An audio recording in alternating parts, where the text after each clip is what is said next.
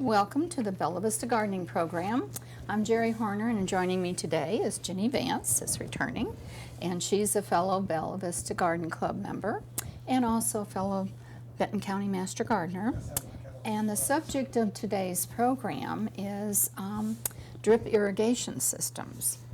And there's a variety of ways to deal with the lack of rain by installing an irrigation system, and we're going to be discussing the various ways that you can get some water on your garden. So, and then we'll be discussing your upcoming events and what you need to be doing in your garden in July, besides watering and weeding.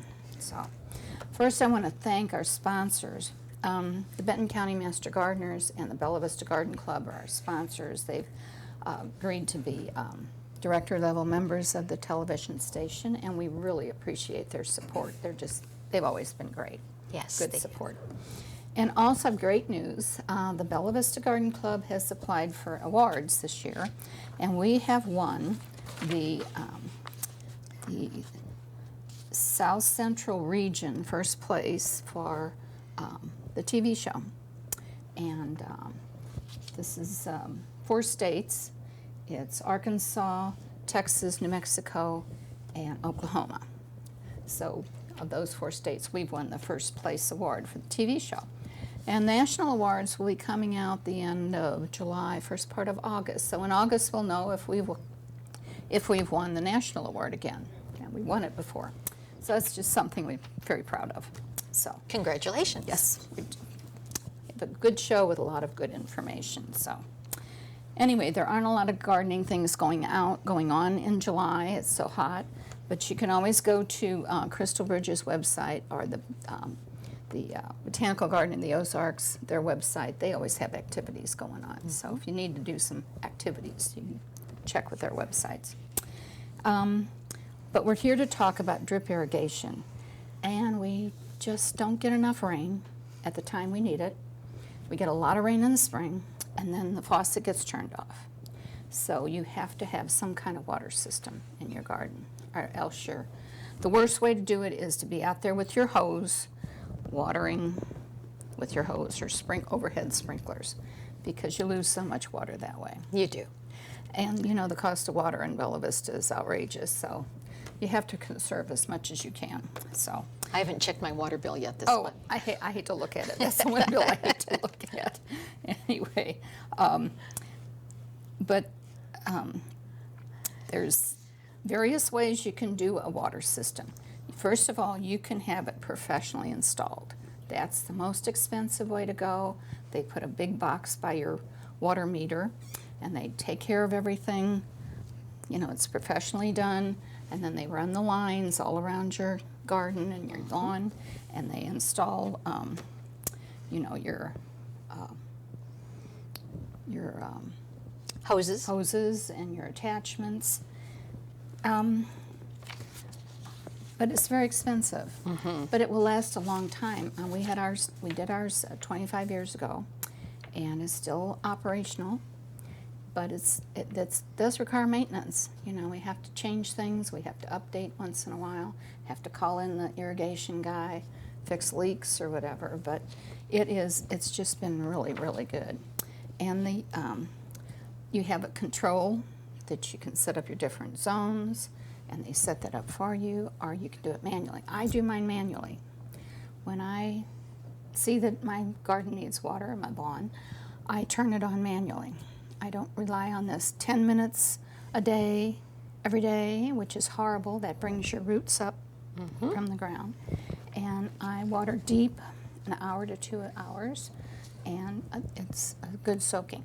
So, and now some of the new sensors, if you have an automatic system and you have it set up for so many hours a week, there's rain sensors now. If it rains, it won't send that water out that's not needed. So there's new things there with the in-ground installed, professionally installed.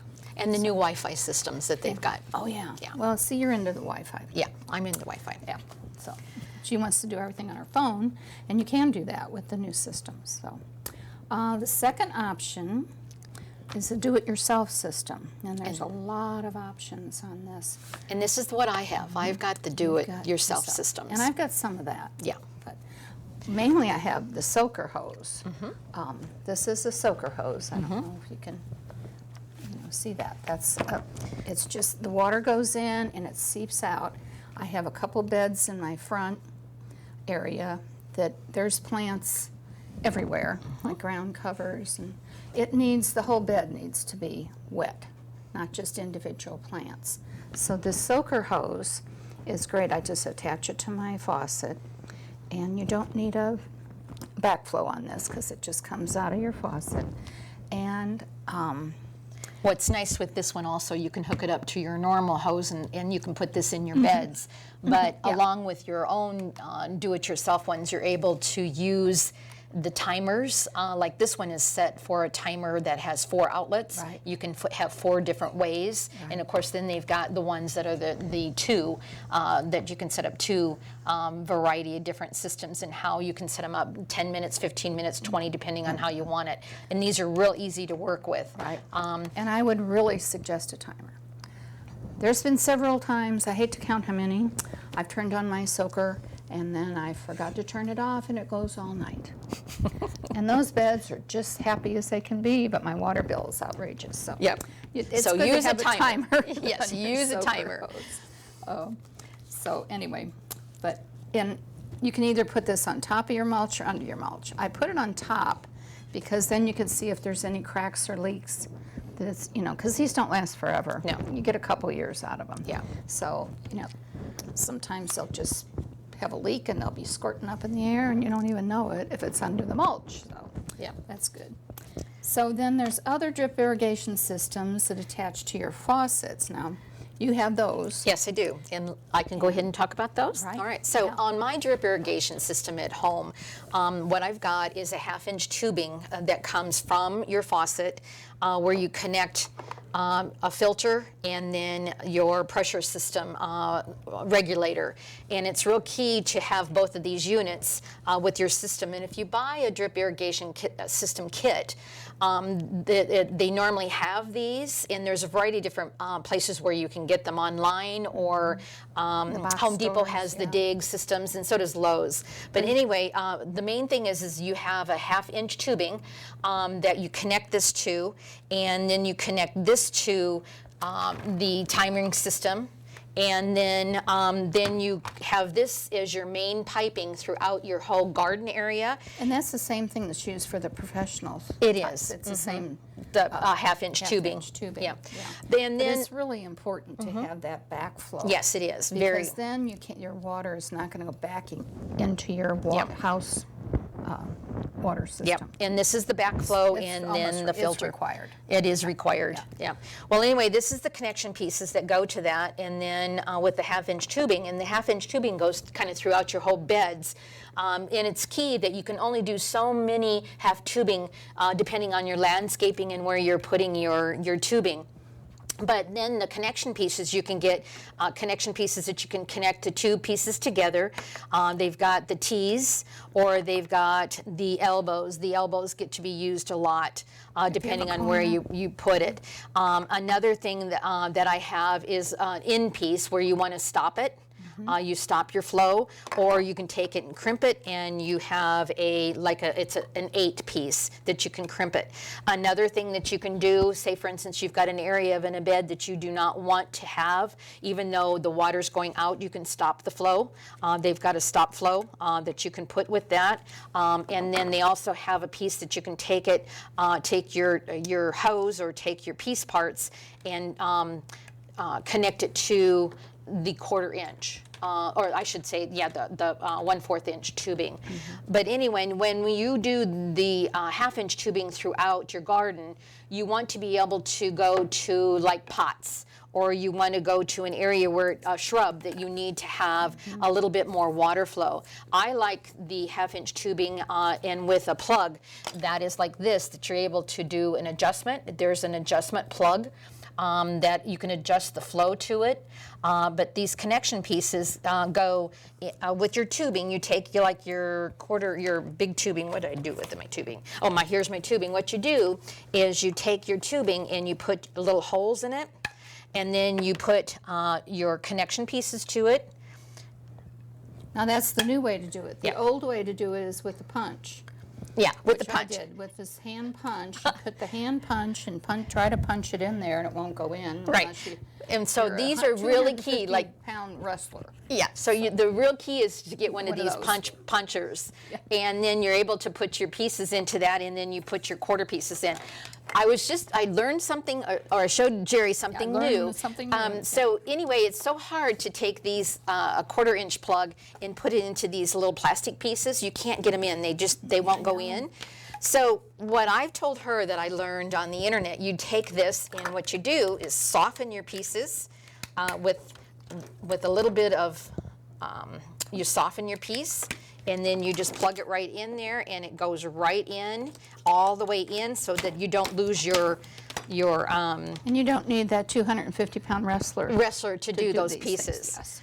But anyway, the yourself. 1/4-inch pieces have little stopper flows too that you can put it in between, and they've got also different emitters that you can get based on how much flow you want to go This into is your an- different this is shrubs an or your emitter. plants. Now, this is an old emitter, and this one will clog up. And this is like 25 years old, this old emitter. And then the newer ones, I've gotten these from DripWorks. This is the old one. And then the new ones, they're pretty much clog-free, but the old ones, you have to check, you have to go around your garden and check and make sure your plants are getting the water they're supposed to get. And that's why I like the This variety is- different ones where you're able to take Right. this and this one here, you're able to adjust the flow depending on your plant, because you And then never you know. can get anywhere from 1 gallon up to 4 to 6 gallons a minute, or an hour. An hour. An hour. So you can decide if this plant needs 4 gallons an hour, and then this big bush is going to need 8 gallons an hour. So you adjust your emitters on your plants based on what they need. Right. So, and then when I put my emitters to my plant, I use this as a secure it to the ground. So I just put that in the ground, keep that emitter right by the plant, because otherwise they'll be flopping around. So Now another these are just the garden landscape stakes. staples. Garden, like you can get a box of these real cheap, but those are good to hold it in place. So- Another thing and you that can hold it in place with your soaker hose too. you sure can. You use it on your Well, and then you can also use it to hold your Yeah, quarter your or large. your half-inch around the garden. These are all- Another thing that a lot of people use, and I use this depending on the bed, this is a 1/4-inch tubing that has every 5 inches, it has a drip. And these are so easy to use. A lot of people will take the 1/4-inch round all the way around a bed, and then you take this from end to end. So you've got your 1/4 or your half-inch round, and then you take this from one end to the next. Go from one end to the just next, make a and it's grid of it. automatic, and it's just a grid.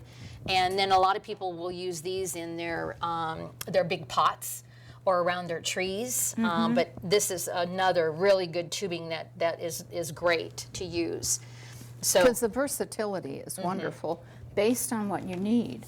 So you just have to decide. And then there's companies that will help you.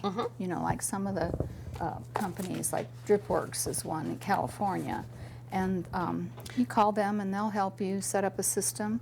And then I think if you go to some of the box stores, they'll help you a little bit set up a system. I know that some of my emitters and my first irrigation system that I used was the DIG system, the DIG. And anyway, we use the DIG system, and they've got some really good instructional systems online and YouTube, and that's where I learned how to do some of that. So anyway, that's kind of the basics of drip irrigation. I think the key is with the drip irrigation system, you need to look at your different instructional videos and know the difference between your different emitters and how you handle your landscape, and watch your flow of water, because they break easy. And you can... and the squirrels will dig them. And the squirrels will eat them. yes. Well, not only that, as you're digging up, you could dig into one of these lines and you don't know it. So Now there's another one I had found, or you actually gave me this. This is an emitter that you put into your large one, and you can attach all kinds of emitters around here. So this will be great in my herb garden, so I can put one of these in each hole and then attach it and go out to each plant. So it's like a circular. It covers a lot of area. it does. Well, It really actually, does. this actually goes to an existing sprinkler system. So say, for instance, you've got a rain bird existing sprinkler system where you're able to attach this piece part into your head, and then what you do is take from that head, you're able to use the 1/4-inch tubing and take it out all around. to a variety of different piece parts. Like I said, there's just so many different adaptations you can do, and they're coming out with new ones all the time. So some of your timers are Wi-Fi. which we didn't have before. And then also the ones that also are automatic. If it's raining, it'll detect the automatic rain. right. Yeah. And it won't turn on if it's Right. raining. So. But anyway, I was going to show you another faucet system that I use. I've got a faucet system that I'm able to connect to one of my faucets and use the 4 out, or depending on, say for instance, I need to use this one for the 2, or connect this one to 1. So I've used a variety of different ones. I only have 2 spigots on my house. I've got one in the back and one in the front, but I can only water one area at a time because of our water, water pressure. pressure, Does not handle a lot of water at one time. So you've got to kind of set it up depending on how you've got your Right. sprinkler. And you may have your to yard. split that with 2, for an hour, and then split another 2 for an hour. Right. So Right. it depends on your system. I mean, your water pressure. And but like I said, there's so many new things out, and then the old things still work, but you have to be adaptive to the new things now. Yep. So, Yep. and then Anyway, said- should we talk about the new sprinkler heads? yes. All right, so I came across something brand new. I don't know whether anybody come this has a regular sprinkler system, and they're very expensive to have installed. This is something new that came on the market. It's made by a company called Quick Snap. You're able to use this and dig it 5 inches down deep, and then you can take your hose. It can go all the way out to 40 feet. It can go orbit. You can, change your different dials just like a normal sprinkler system head. But then what you do is take your hose, and it's got a quick connect to it that all you do is connect it right there to your hose. And then it connects it, and then you're able to move it around. But say, for instance, you want to put this in the corner of your bed or the corner of your lawn, it's much cheaper than to have an automatic sprinkler system installed. Here again, you can use your timer or however you want to do from your hose, but this connects to your hose and this connects to your sprinkler head. So this is something new on the market. It's called Quick Snap, and they work wonders. So it's kind of fun to see the new different sprinkler systems that are out there. Because sometimes trying to connect your hose to some of these things is really hard to do. Yes. And if you have that quick snap, Yep, you just the quick snap the snap, hose. It's Yep. a good Yep. connector. So anyway, this is something new. Right. And then also you can use some of these in your pots. If you run your tubing right from the ground up into the pot, you can water your pots this way too. You don't have to hand water all your potted plants. Right. Yeah. You can take it directly from your 1/2-inch tubing and Into the pot. put this to the pots. Also, they've got fogging systems depending on your plant. For your Boston ferns or whatever, this is a fogger, which is more like nice a too. mister. It's a mister, Yeah. a fogger. So you can So get more of a mist than just a flow. But they've got connections that are unique to depending on your bush, depending on your plant, and it's real easy to do once you get your established Get the basics get the in. basics down, your connections, and then you can add depending on where you want it. And it's not bad to do at all. It's pretty and then easy. the other thing, when you move a plant or plant dies, you got to have a plug. And so I think the plug is missing. There's little plugs you can put into these holes. The goof plugs. The goof plugs. Yeah. Yeah. So you can So plug up say, for instance, you don't want to use this anymore, you take it out. You take it out, and there's a hole, and then you put a goof plug in there, so it'll plug it up. And I've also put the goof plugs like on the end instead of an emitter, because I may put a plant out there to replace it later on. Yeah. And then all I have to do is just take the plug out, and then I put my new emitter in. So it's just so versatile and so easy to maneuver around. Yeah, and it's not difficult to put in.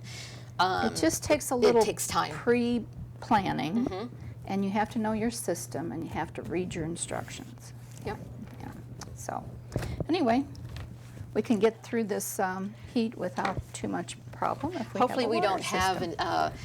a summer like last summer with the Last summer drought. with the drought, that was just I terrible. think And my that- water system went down during the drought. So I was out there watering with No, the hose. that's but no fun. That's no fun. No fun. So, especially And my when it gets husband, well, and spoiled. my husband was out there. We have a where you take a propane torch and you burn your weeds on our driveway and our gravel driveway. And my husband burnt 20 feet of my half-inch tubing. I went out and I could smell plastic burning. And so anyway, I need to fix that yet this year, but he did that last fall. And but I went out and, like I said, 20 feet of my plastic was burning. You have to be careful when you use the propane burner. Yes, you do. It's good for the earth, but it's not good for your No, system. no. So I've got some patching to do. Yeah. So, but whatever you decide, whatever system you decide on, it's just a lot of pre-planning and really arranging the emitters and getting that worked out. But it's easy to work with, and the companies all help you quite a bit. They wherever will. you go. You will. Okay.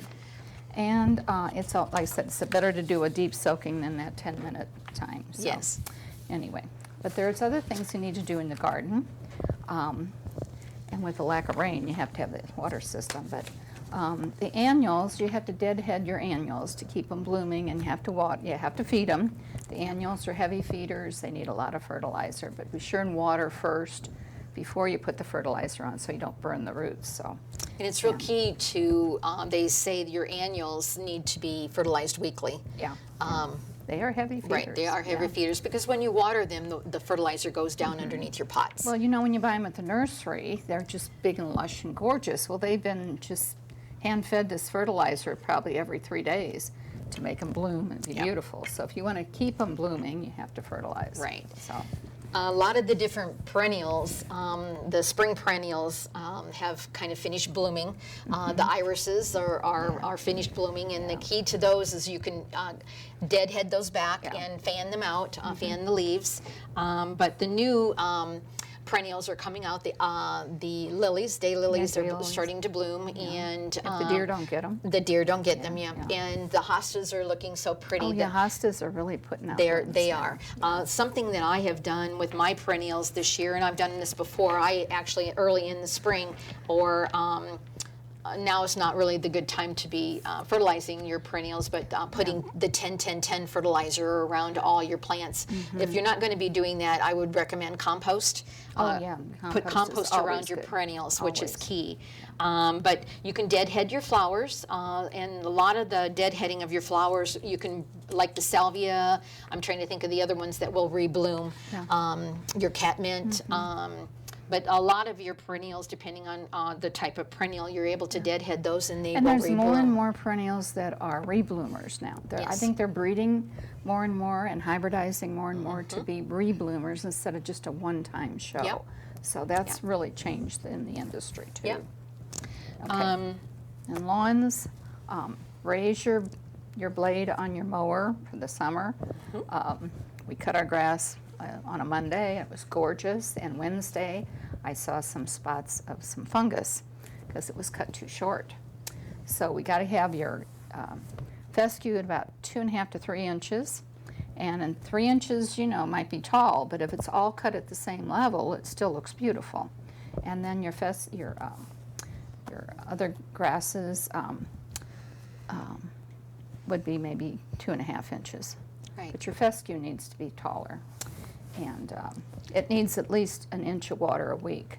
So if you don't get 1 inch of rain a week, be sure and get a sprinkler system out there for your grass, 1 inch a week. So. For the roses, this is the time of year that we're going to see the Japanese beetles. So if you see the Japanese beetles, try to eliminate those as quick as you can because your blooms will go.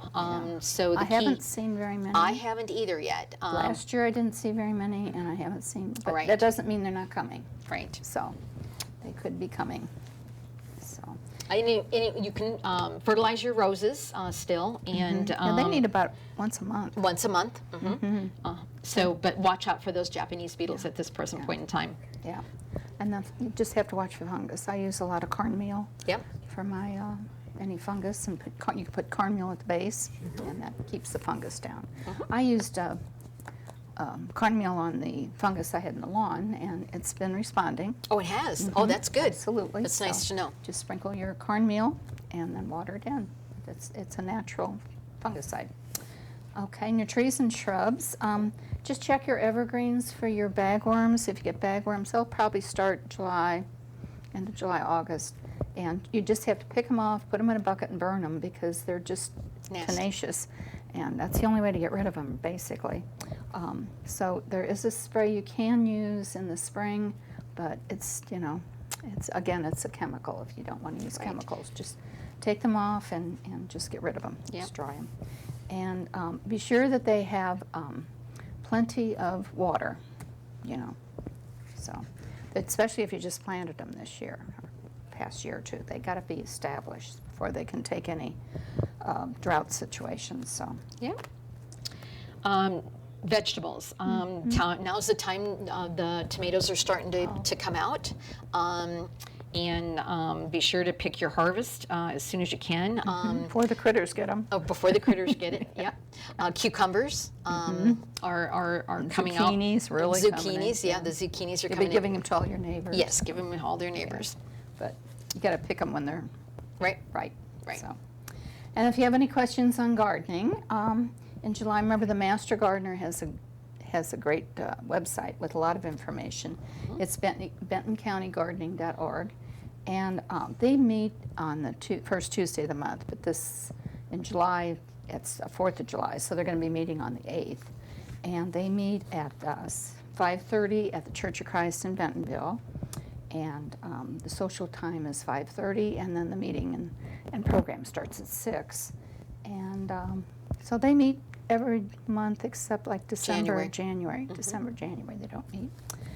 Just have a dinner in December and take the January off. So they have to get ready for new officers to take over and get the new programs for the year. So, and then for more information on the Bella Vista Garden Club, you can go to their website. It's bellavistagardening.com, and it's got just tons of information about gardening.